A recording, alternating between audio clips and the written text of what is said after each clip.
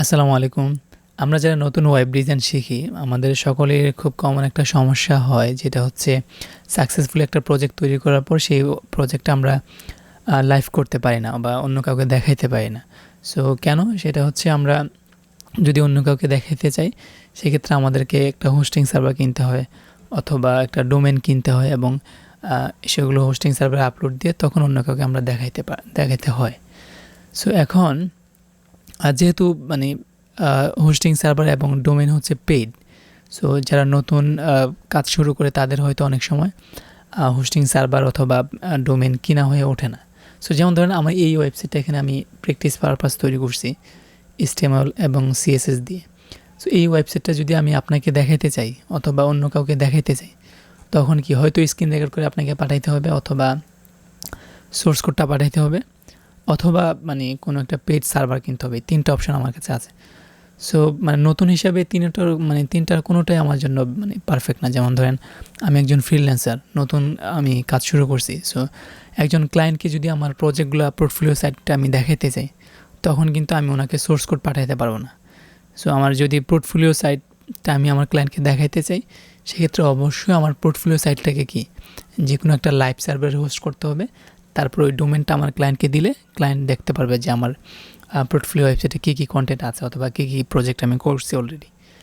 So সেটার জন্য অবশ্যই আমাকে ওয়েবসাইটটাকে লাইভ করতে হবে। সো লাইভ যদি করি, সেক্ষেত্রে আমি যে কোনো জায়গা থেকে, বিশ্বের যে কোনো জায়গা থেকে আমার ওয়েবসাইটটা যে কেউ দেখতে পারবে একটা ডোমেনের মাধ্যমে। সো আজকে মূলত আমি আপনাদেরকে এটাই দেখাবো যে কীভাবে একটা ওয়েবসাইট ফ্রিতে হোস্ট করা যায়, কোনো ধরনের ডোমেন এবং হোস্টিং সার্ভিস পারচেস করা ছাড়া।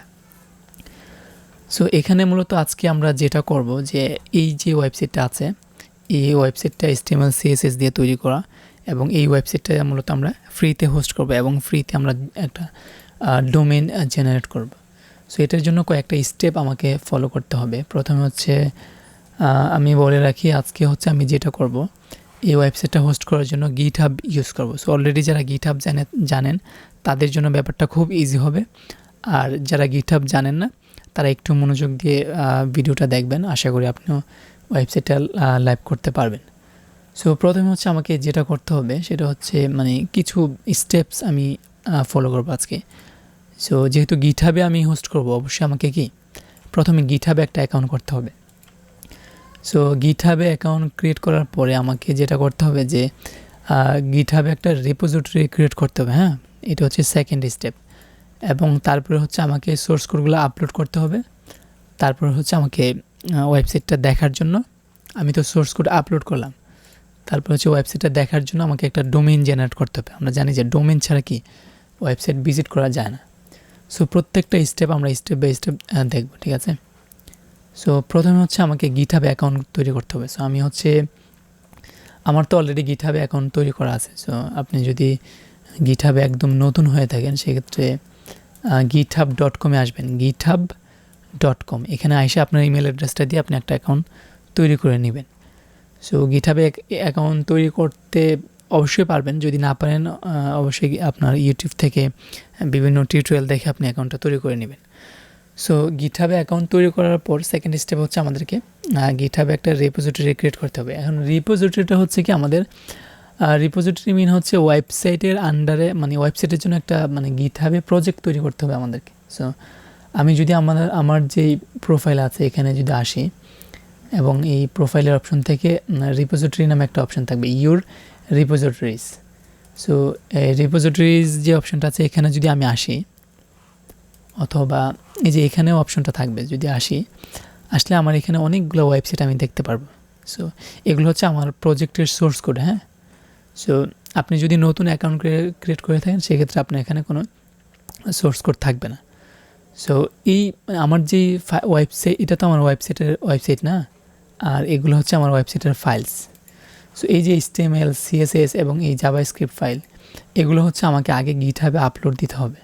সো এই যে GitHub-এ আমি আপলোড দেব, এটাই আমাকে আগে GitHub-এ একটা রিপোজিটরি ক্রিয়েট করতে হবে আগে আমার ওয়েবসাইটের নামে, তারপরে আমি আপলোড করতে পারবো। সো রিপোজিটরি ক্রিয়েট করার জন্য এখানে এসে এই যে নিউ রিপোজিটরি যে অপশনটা আছে, নিউ, এখানে ক্লিক করলে হবে। একদমই ইজি প্রসেস। GitHub-এ আসবেন, নিউ রিপোজিটরিতে ক্লিক করবেন, দেন হচ্ছে আপনার ওয়েবসাইটের একটা নাম দিবেন। সো আমি হচ্ছে ওয়েবসাইট টেস্ট নামে একটা নাম দিলাম। আপনি যে কোনো নাম এখানে দিতে পারেন।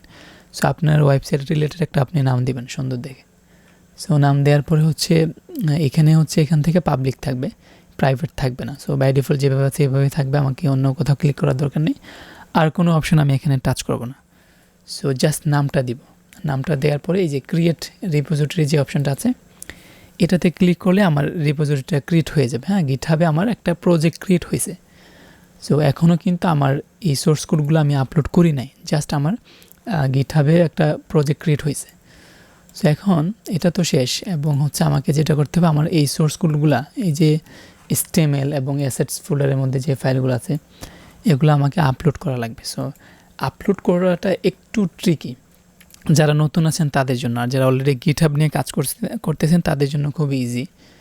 সো আমরা যখন কোনো একটা প্রজেক্ট ক্রিয়েট করি গিটহাবে, তখন ওই প্রজেক্টের মানে ফোল্ডার যেটা আছে, আমি যদি আবার ব্যাক করি রিপোজিটরি যদি আসি, রিপোজিটরিতে আসার পরে আমার যে রিপোজিটরিটা আছে মানে যেটা মাত্র ক্রিয়েট করলাম, এখানে যদি আসি আমি দেখব যে আমার কোনো সোর্স কোড নাই, যেহেতু আপলোড দিই নাই। বাট এখানে কিছু ইনস্ট্রাকশন আমাকে দেয়া থাকবে যে কিভাবে আমি আমার ফাইলসগুলোকে আপলোড করব, ঠিক আছে। সো মেনলি এগুলো হচ্ছে আমার কমান্ড, যেগুলো আমার যে সিএমডি আছে ওখানে অথবা টার্মিনালে আমাকে রান করতে হবে। সো আপনি যদি বিএস কোড ইউজ করে থাকেন, সেক্ষেত্রে আপনার জন্য যেটা করবেন যে এখানে এসে আপনার টার্মিনালে ক্লিক করবেন। সো নিউ টার্মিনাল, আপনার টার্মিনালটা এভাবে অথবা নিচের দিকে ওপেন হবে। সো টার্মিনালটা ওপেন হইলে আপনাকে এখানে টার্মিনালে এসে আপনাকে এই কমান্ডগুলো ওয়ান বাই ওয়ান রান করতে হবে। সো এই কমান্ডগুলো আপনি যখন রান করবেন তখন অবশ্যই আপনাকে গিট নামে একটা সফটওয়্যার আছে, গিট ডাউনলোড লিখে যদি সার্চ করেন সেক্ষেত্রে গিটের সফটওয়্যারটা আপনি পাবেন। সো এই গিটের সফটওয়্যারটা আপনি ডাউনলোড করে ইনস্টল করে নেবেন। হ্যাঁ, অন্যান্য সফটওয়্যারের মতো খুব ইজি, এই যে এই সফটওয়্যারটা আপনি ইনস্টল করে নেবেন। সো এই সফটওয়্যারটা যদি ইনস্টল করা না থাকে সেক্ষেত্রে আপনি এই কমান্ডগুলো রান করতে পারবেন না।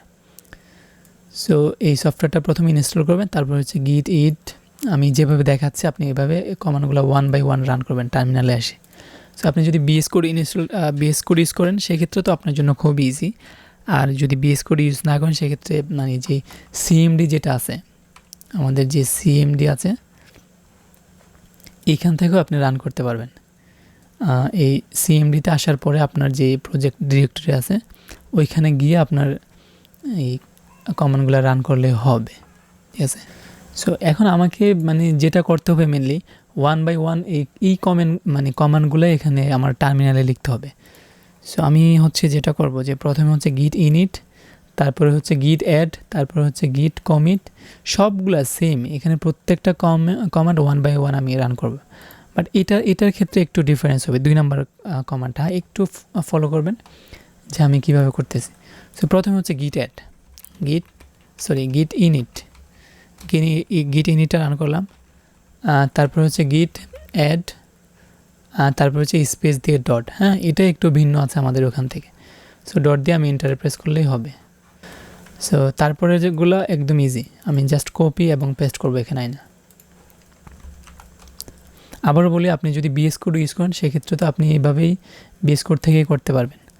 আর বিএস কোড ইউজ করে না থাকলে আপনার প্রজেক্টের ফোল্ডারটাকে আপনি সিএমডিতে রান করবেন। এই যে সিএমডি অথবা পাওয়ার শেল যেটাই থাকে ওটাতে রান করে আপনি কি করবেন, ওটা থেকেও আপনি এই কমান্ডগুলো চালাতে পারবেন।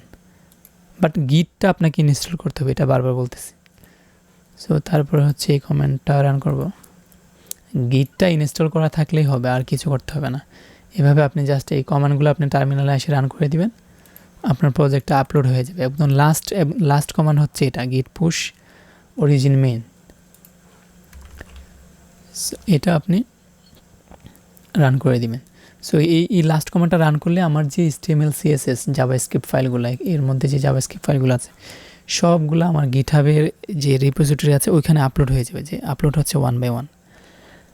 সো একটা কথা বলি, আপনি যদি ডেভেলপার হন সেক্ষেত্রে অবশ্যই গিটহাবটা আপনাকে শিখতে হবে। সো গিটহাবটা শিখে নেবেন যদি সম্ভব হয়, কারণ ডেভেলপারদের যে গিটহাব নিয়ে প্রচুর পরিমাণ কাজ করতে হয়। সো এখন হচ্ছে আমার এখানে যেটা হয়েছে, আমার প্রজেক্টটা আপলোড হয়ে গেছে এখানে। হ্যাঁ, সো যদি আমি ব্রাউজারে এসে আমার যে রিপোজিটরির যে লিঙ্কটা আছে ওটাকে যদি রিফ্রেশ করি, আমি আমার সোর্স কোডগুলো এখানে দেখতে পারবো। ঠিক আছে, সো এই সোর্স কোডগুলো কিন্তু আগে ছিল না। সো আগে কিন্তু এখানে একটা ইনস্ট্রাকশন দেওয়া ছিল, বাট যখনই ওই ইনস্ট্রাকশন অনুযায়ী আমি কমান্ডগুলো রান করলাম, আমার সোর্স কোডগুলো এখানে চলে আসছে। হ্যাঁ, সো এই যে 3 নাম্বার স্টেপটা আমাদের এখানে ছিল, ক্রিয়েট রিপোজিটরি, তারপর হচ্ছে সোর্স কোড আপলোড, এটাও কিন্তু আমাদের ডান। সো আমরা সোর্স কোডটাকে আপলোড করতে পারছি। দেন এই কোডটা তো আমাদের আপলোড করা হয়েছে, এখন কাজ হচ্ছে আমাদের ডোমেনটা ক্রিয়েট করা। সো এই পর্যন্ত কিন্তু আবার অনেকেই জানে কীভাবে কীভাবে কোড আপলোড করতে হয়, এটা অনেকেই জানে, বাট অনেকেই জানে না। সো এখন যেই পেজ মানে আজকে মূলত যে ভিডিওটা, সেটা হচ্ছে কি আমাদের ওয়েবসাইটটাকে হোস্ট করা। আমরা তো সোর্স কোডটা আপলোড করলাম, সো সোর্স কোডটা আপলোড করলেই কিন্তু আমাদের ওয়েবসাইটটা হোস্ট হয়ে যাবে না, বাট এই প্রজেক্টের আন্ডারে কিন্তু আমাকে একটা ডোমেন জেনারেট করতে হবে, এবং যেই ডোমেনটার মাধ্যমে কি আমরা আমাদের ওয়েবসাইটটা ভিজিট করতে পারবো অথবা আমাদের ক্লায়েন্ট ভিজিট করতে পারবে। সো এটার জন্য আমাকে যেটা করতে হবে, এই যে রিপোজিটরি যে পেজ আছে এখানে থাকা অবস্থায় আমাকে সেটিংসে আসতে হবে। এই যে সেটিংসে আসার পরে খুবই ইজি, সেটিংসে আসবো, তারপর হচ্ছে পেজেসে আসবো। পেজেসে আসার পর এখানে আমাকে আর মানে একটা অপশন চেঞ্জ করতে হবে, যে ব্রাঞ্চ। এই ব্রাঞ্চের এখানে আমাকে এখানে নাম থাকবে।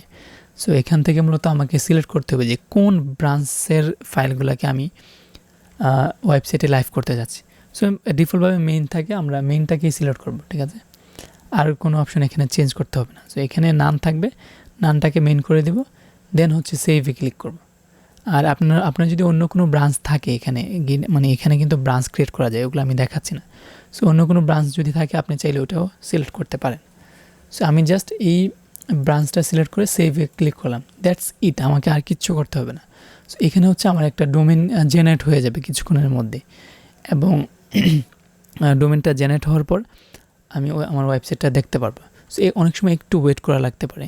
সো আমি একটু পরে আবার রিফ্রেশ দিয়ে দেখবো যে আসলে জেনারেট হয়েছে কিনা। সো একটু ওয়েট করার পরে আমি যদি আমার পেজটাকে রিফ্রেশ করি, রিফ্রেশ করার পরে আমি দেখবো যে যেটা হয়েছে এখানে, যে আমার এখানে কিন্তু কি হয়েছে, একটা নতুন একটা ডোমেন জেনারেট হয়েছে এবং লেখা আসছে যে your site is live now at, এই যে এই ইউআরএলে। সো আমি যদি এটাকে কপি করি এবং পেস্ট করি আমার ব্রাউজারে, আমি আমার ওয়েবসাইটটা দেখতে পারবো যে এখানে যে এটা কিন্তু লোকাল হোস্টে ছিল। সো এই লোকাল হোস্ট থেকে কিন্তু আমি আমার অন্য কোনো আমি নিজে দেখতে পারবো, বাট আমি এটা শেয়ার করতে পারবো না, অন্য কোনো ক্লায়েন্ট অথবা অন্য কেউ আমার প্রজেক্টটা দেখতে পারবে না লোকাল হোস্ট থেকে। সো আমি এখন যেটা করলাম যে গিটহাবে মানে আমার কোডটা আপলোড করে আমি এটাকে লাইভ করে দিলাম পেজেসের মাধ্যমে, এবং সে আমাকে একটা ফ্রি ডোমেন দিছে, যেই ডোমেনটা আমি যদি যে কারোর সাথে শেয়ার করি, আমি বিশ্বের যে কারোর সাথে আমার এই ডোমেনটা আমি শেয়ার করব, সে এই ডোমেনের মাধ্যমে কি আমার ওয়েবসাইটটা সে দেখতে পারবে, একদম ফুল ওয়েবসাইটটা এখানে কি সে দেখতে পারবে। সো আমি চাইলে আমার ক্লায়েন্টকে এটা দিতে পারবো অথবা যে কারোর সাথে আমি এটা শেয়ার করতে পারবো। ঠিক আছে, সো এটা হচ্ছে আমার ডোমেন নেম। সো এই ডোমেন নেমটা শেয়ার করতে হবে। So that's it. আর আরেকটা বিষয়, এখানে হচ্ছে কাস্টম ডোমেন একটা অপশন আছে, যে কাস্টম ডোমেন। সো এটা হচ্ছে আপনি যদি ডোমেন পারচেস করেন, ধরেন আপনার এখানে আপনার নিজের নামে একটা ডোমেন কিনলেন। সো ওই যে নিজের নামে ডোমেন কেমন হয়, যেমন namecheap.com, facebook.com অথবা youtube.com, এরকম নিজের ডোমেন যদি আপনি কিনেন, ওটা কিনতে হবে। ঠিক আছে, আপনি যদি কাস্টম ডোমেন কিনেন সেক্ষেত্রে কি এখানে আপনি এটা মানে এই কাস্টম ডোমেনটাও আপনি কানেক্ট করতে পারবেন, তখন আর আপনাকে এই এত বড় একটা মানে টেস্ট ডোমেন আপনাকে আসলে ইউজ করতে হবে না, ওই কাস্টম ডোমেনটা আপনি ইউজ করতে পারবেন। সো বাট টিল নাও আপনি যদি ফ্রিতে ইউজ করতে চান সেই ক্ষেত্রে আপনি এটাই ইউজ করতে পারেন, মানে কোনো সমস্যা নেই। গিটহাবে পেজেসের মধ্যে পোর্টফোলিও সাইট রাখা ওটা ক্লায়েন্টকে দেখানো যায়, এটা কোনো সমস্যা নেই এখানে। ঠিক আছে, সো এই ছিল মেনলি মানে গিটহাবে কীভাবে কোড আপলোড করা যায় এবং সেটাকে লাইভ করা যায়। আর আপনি যদি গিটহাবে মানে আমি যদি আরেকটু সামারাইজ করে জানানো নতুন আছেন তাদের জন্য, গিটহাবে আসবেন, অ্যাকাউন্ট করবেন, তারপরে এই যে রিপোজিটরি যে অপশন আছে এখান থেকে নতুন একটা রিপোজিটরি ক্রিয়েট করবেন, দেন এখানে কিছু কমান্ড দেওয়া থাকবে আপনাকে গিটের, ওই কমান্ডগুলো আপনি রান করবেন। রান করার আগে অবশ্যই গিট ডাউনলোড করে নেবেন, ঠিক আছে? গিট একটা সফটওয়্যার, এই সফটওয়্যারটা আপনি গুগল থেকে ডাউনলোড করে ইনস্টল করে নেবেন এবং আপনার টার্মিনালের প্রজেক্ট ফোল্ডারে গিয়ে আপনি ইজিলি কমান্ডগুলো রান করবেন। দেন হচ্ছে কি এই সেটিংস থেকে এসে পেজেসে গিয়ে আপনার ওয়েবসাইটটাকে লাইভ করে দিবেন, ঠিক আছে? দ্যাটস ইট, খুবই ইজি একদম। আপনি এক মিনিটও লাগবে না আপনি যদি জানেন এগুলো। সো গিটহাব ছাড়াও আরও অনেক মানে ভার্সেলের মতো আরও অনেক প্ল্যাটফর্ম আছে যেখানে আমরা ফ্রিতে ওয়েবসাইট হোস্ট করতে পারি। সো এই প্রত্যেকটা প্ল্যাটফর্ম নিয়ে আমি ইনশাল্লাহ ভিডিও দেওয়ার চেষ্টা করব। সো সেই জন্য অবশ্যই আমার চ্যানেলটাকে সাবস্ক্রাইব করবেন। আর আমি যদি সামহাও কোনো কিছু মিস করে থাকি আর আপনি যদি কাজ মানে আমার ভিডিও দেখে যদি কাজ না হয় বা কাজ না করতে পারেন, অবশ্যই আমার কমেন্ট বক্সে জানাবেন। আমি চেষ্টা করব আমার সাধ্য অনুযায়ী রিপ্লাই দেওয়ার জন্য। আর যদি সম্ভব হয় আমি হয়তো যদি কোনো কিছু মিস করে থাকি অবশ্যই আরেকটা নতুন টিউটোরিয়াল করে দিব। সো কোনো সমস্যা নেই। সো আজকে এই পর্যন্তই, কথা হবে অন্য কোনো ভিডিওতে। আসসালামু আলাইকুম।